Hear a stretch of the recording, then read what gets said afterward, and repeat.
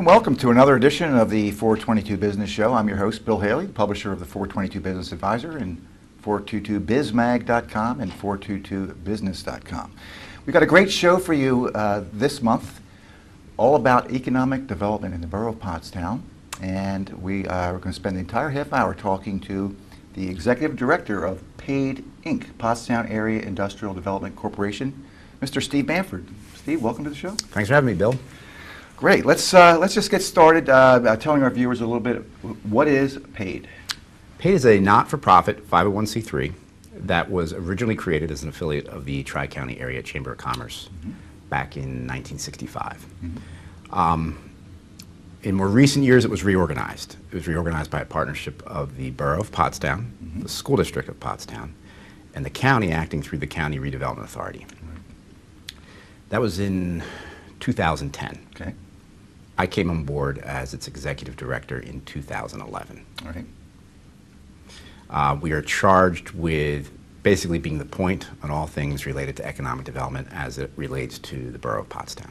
Very good, very good. And actually there are a couple of other anchor institutions that are also involved, correct? The Hill School and the community college. So it really is a collaborative effort for economic development here. But as you said, you are the point man and PAID is the point organization in all of this. So, but we're very fortunate in a relatively small geography. The borough is 5.5 square miles, more or less.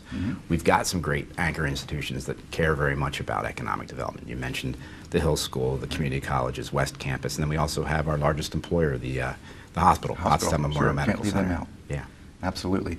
Very good. Well, we have a lot to talk about, but let's start off talking about some exciting new initiatives. And specifically, I want to start with there's a $200,000 grant awarded through the Local Share Account Program, right, to fund the Keystone Employment and Economic Plan called KEEP, right? Exactly. Yeah, we were recently awarded a $200,000 grant. We just signed the grant agreement in the last couple weeks.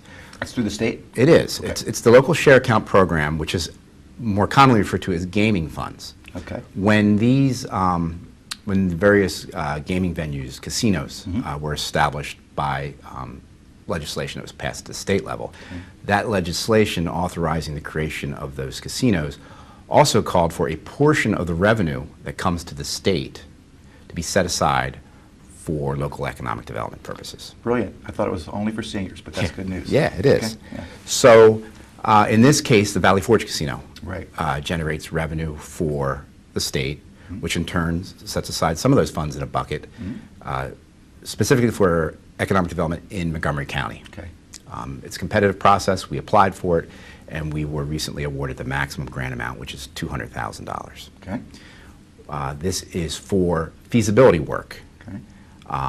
And we're calling this initiative, as you alluded to earlier, KEEP, Keystone Employment and Economic Plan. Okay. We're focused on an area in 2 municipalities. Okay. There's approximately 255 acres, 2 municipalities. It's the Borough of Pottstown and West Pottsgrove Township. Okay. 16 different parcels, Okay. 13 different property owners. Okay. This is the area bounded by South Grosstown Road to the west, the Schuylkill River to the south. Okay. On the east side, at the intersection of College Drive and Keystone Boulevard, Okay. and to the north by the Norfolk Southern Railroad. Okay. So it's 255 acres Huge area. along the Schuylkill River. Gotcha. In these 2 municipalities. Waterfront development, hopefully, that's historically in recent years an area of development in these post-industrial towns is the waterfronts. Sure. Yeah. And this area happens to be underutilized. Absolutely. There's some completely vacant parcels down in that area. It includes the former Flag Brass Foundry, which has land in both municipalities. Okay. So it's everything from completely vacant land to land that there may be some uses on it, but it's really underutilized. Okay.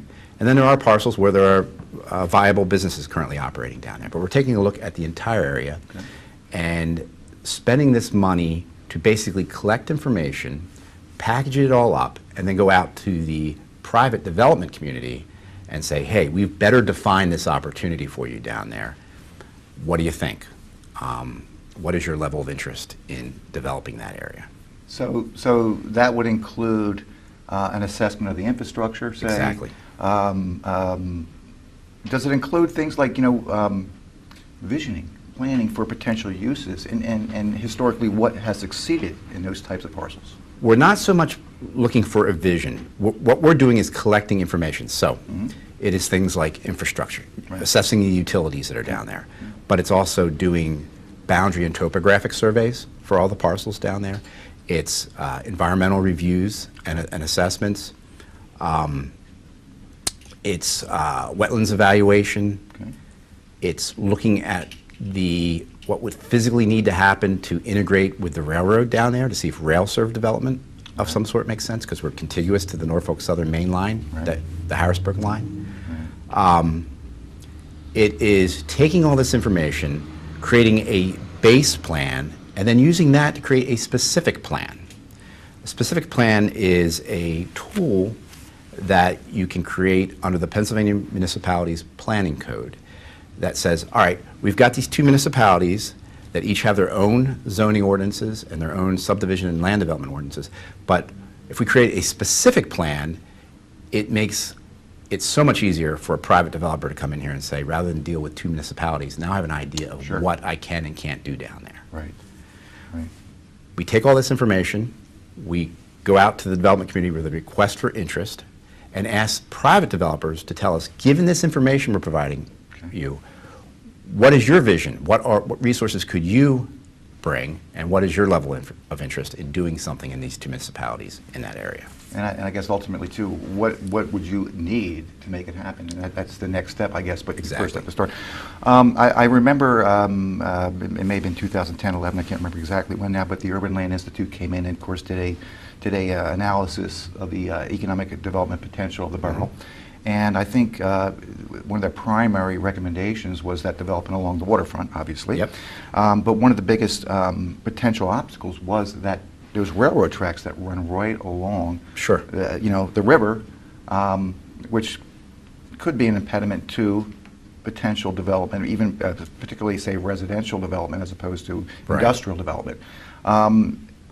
Have there been discussions with Norfolk Southern about potentially, I mean, obviously you can't move the railroad tracks. Right. I don't even know how much they're utilized, not that often, but you occasionally do see a train come down there. The area that we're focused on is the area west of the intersection of College Drive and Keystone Boulevard. So the railroad tracks don't run along the river down Gotcha. there. The main line runs to the north of the Okay. parcels we're looking at. So these parcels back up to the Stowe Yards. Okay. So in that case, it's really more of an asset than a liability.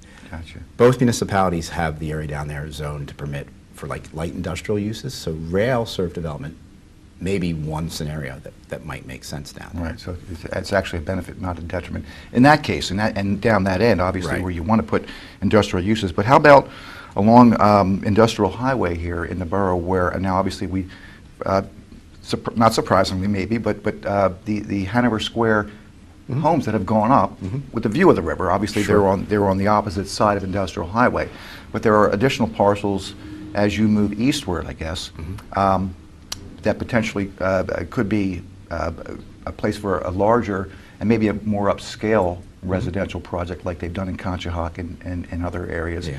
In that case, access to that river might be impeded Right. by rail service, and That's true. that's another issue that you would deal with down the road if it Yeah, came to at that. this point, there's no indication from Norfolk Southern that they have any desire to remove those tracks. Right, So at right. this point, that is a constraint that we have to That would live take with. some heavy negotiating to make that happen. Yeah. But I know back when they were talking about restoring rail service to Philadelphia, there was at the beginning Norfolk Southern was not even willing to come to the table, but ultimately they did. Now the funding dropped through because it was 50% federal funds, and then we had a couple of wars and a few other things that got in the way. But historically, Norfolk Southern has not been enthusiastic about making a change there, but they have been somewhat open to the possibility. So that's something to look forward to, hopefully, for any developers out there, quote unquote, O'Neill Properties. As Pottstown as a great place for not just industrial development, but also residential development, which, that's a really great economic development tool when you bring in tax-paying individuals who will be patrons of the businesses in the town as well. So I'm sure that's part of your overall strategy. All right, well, let's move on to the second big exciting new initiative, the possible establishment of the Gateway Tourism and Recreation District. And I recently attended the Tri-County Area Chamber of Commerce lunch where the theme was tourism as an economic development tool. So tell us a little bit about this program. Sure. Well, we're fortunate here in Pottstown that a lot of our tourism and recreation assets are clustered in close geographic proximity to one another. Right. Really at the western gateway to the borough, which also happens to serve as the western gateway to Montgomery County. Sure. So within a relatively well-defined area, we've got memorial and riverfront parks, we've got the carousel, we have the recently opened Manatawny Green Mini Golf, Right. We've got Pottsgrove Manor. And within our park systems, we have a BMX track, we have a spray park. So we have these wonderful assets that are already in place. And the Colebrookdale Tourist Railroad Right. is very close to being able to proceed with establishing a railroad station on the Pottstown end of their 8+ mile tourist railroad. They're moving that old station from Birdsboro to Pottstown, right? Right. Excellent. Exactly. Yeah. So we felt like this is a situation where the whole is greater than the sum of its parts. We've got all these wonderful tourism and recreation venues or assets, but if we can coordinate our efforts, we feel we could be even more impactful than if each of these went on their own. By coordinating, I mean looking for opportunities for cross promotions and marketing, looking for opportunities to coordinate event schedules or event calendars and hours of operations, and also collaborating in terms of sharing resources or jointly pursuing new resources. Okay. So we went to Borough Council last month with this concept, which we formally call the Gateway Tourism and Recreation District. For short, we've christened it the TREC District. T for tourism, rec for obviously for recreation, the TREC District. And it was very well received by Borough Council. They're very supportive of this concept. So we are working with the various tourism and recreation partners to better define it and formalize the arrangement. Okay. But we're very excited. You know, the Valley Forge Tourism and Convention Board quantified or estimated the impact of tourism county-wide last year, and it's millions of dollars. Sure. Millions of dollars. And we feel by creating a district and coordinating our efforts, Pottstown and the Pottstown area has a better chance of capturing even more of those dollars. Sure. Locally. Sure, and the Valley Forge Convention and Visitors Board now, it used to be the Bureau, right? I think they're very interested and willing to promote Pottstown as a destination, Absolutely. regionally, nationally, even internationally.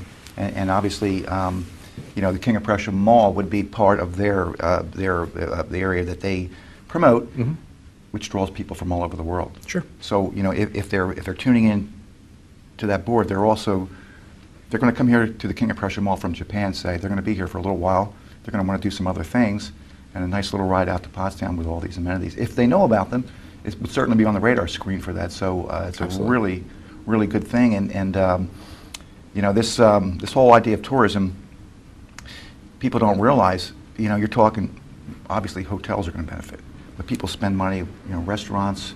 It just infuses cash into the borough that gets spread around. And a lot of it stays here because it's spent on local businesses. So it's really a really strong economic development tool that's often overlooked. And I guess I don't want to divert too much from that topic, but related to that is the whole idea of arts and culture as an economic development tool as well, right? And you mentioned, you know, this you know, district where we have Manatawny Park and all these little amenities that go with it. But you also have the college right there with a waterfront. You have an art museum at the college, right? You've got the Hill School up the street. You've got, of course, the Steel River Playhouse now, which has been around town for 8 years. I'm not sure, but all these little pieces come together to really make Pottstown an attractive place for travel and tourism, and obviously by association, economic development. So, all right, let's talk a little bit about some of the new Sure. businesses coming in. I'm talking Haggerty Steel and Tompkins Insurance are the latest success stories. Yeah, Tell me a little bit about both opened up for business in Pottstown during November, this past month. Haggerty Steel is significant because it's up on Circle of Progress Drive.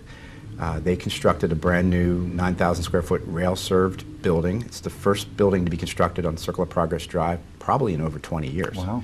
So that in and of itself is significant. Haggerty Steel is a fabricator of ornamental iron and structural steel, Okay. used in both residential and commercial applications. They have been operating for several generations in Norristown and decided to relocate and construct a new modern facility here in Pottstown. And they'll employ approximately 10 folks up there on Circle of Progress Drive. What precipitated that decision? Was it just a affordable property with, as you said, access to rail and all the other strategic?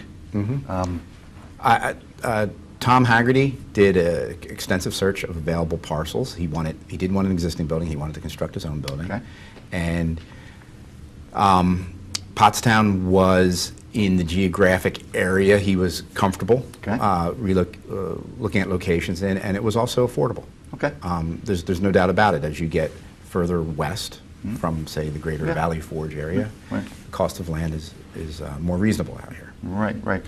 And of course, it's a good area for business and for industry. Now, obviously, he's not going to be flying steel around on small planes, but the Pottstown Airport is right near there. Was just repaved, right? Right. So that's kind of upgraded that potential use. And of course, in that Circle of Progress, we've seen over the past 5 years, Manatoni Steelworks, right, come in. Sly Fox Brewery come in there. Yeah.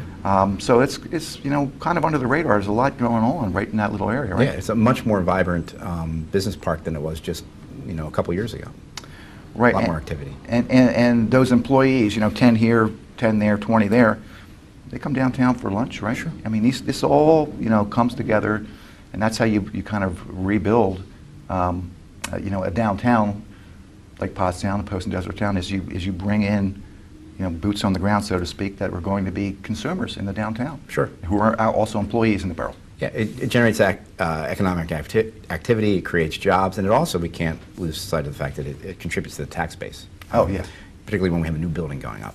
And for the first time in I don't know how many years, there's no tax increase in the borough of Pottstown. Correct. Right. Right. And I know the school district is also trying to hold that line. I don't know if they voted on it yet, but not just municipal taxes, but also School district. School district. Sure. Right? So that's a positive sign for those developers looking to come into this town, because the tax burden has been somewhat of an impediment. I'd say, right? Correct. Okay. And Tompkins Insurance just opened downtown in the old, what was it, Sovereign used to be Sure. there, right on High Street, the 200 block of High Street? Yeah, what's exciting about that is Tompkins Insurance is part of a very large publicly traded New York-based financial institution, Tompkins Financial Corporation, Right. which also not only owns Tompkins Insurance, but also owns Vist Bank, which is a community bank based Sure. in Berks County. Yep. So it's wonderful to have a large corporate player like that invest in our downtown. It's not something you see every day. They took the former Sovereign Bank branch and made a substantial investment in renovating it. Right. We were able to provide them with some assistance there through the borough's downtown business improvement grant, which is a forgivable loan. Okay. That we utilized to help them fit out that space. Gotcha. Is that the downtown business incentive program? Okay, and there's funding available from $15,000 to $200,000 depending on the project? Right? Yeah, there's about $80,000 currently available there that is left for projects, and that's for capital improvements to vacant commercial buildings in our downtown. Okay. And I know when I was back with Padita, we used to have a facade program from the state. Is that still available too? Facade improvements? The 5,000 Padita grants? still has, in this case, they would be available for loans. Okay. But they still have some funds available for facade improvement loans. Low interest loans. Correct. Right. Very good. What other? We're actually, you know what? We're getting short on time, so I don't want to overlook a couple of things. One, you have a quarterly e-newsletter that goes out now, Yeah. right? So how, and also, of course, paidinc.org is PAID's website. Correct. Right. Correct. So how would our viewers obviously they want to go to that website to learn more about everything you guys are doing, right? Sure. And I guess you can get on an email list to receive that quarterly newsletter? Yep. You can go to our website, paidinc.org. There's a link there where you can bring up a form to subscribe to our email list. And if all our subscribers to our email list get the quarterly e-zine Momentum. Okay.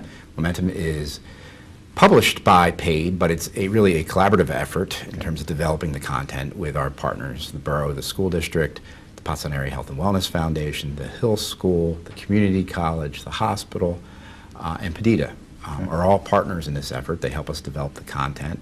Okay. And really, it's all about each quarter telling the stories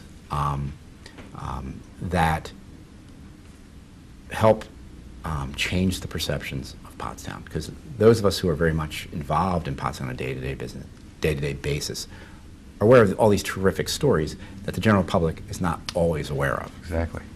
Exactly. And you know, I've been in this town doing business for 20-some years. I've been involved on different levels, but from my perspective, and you may agree, one of the biggest issues we face is negative opinions. You know, maybe based on the fact that progress has not been as evident as you know we would all like it to be.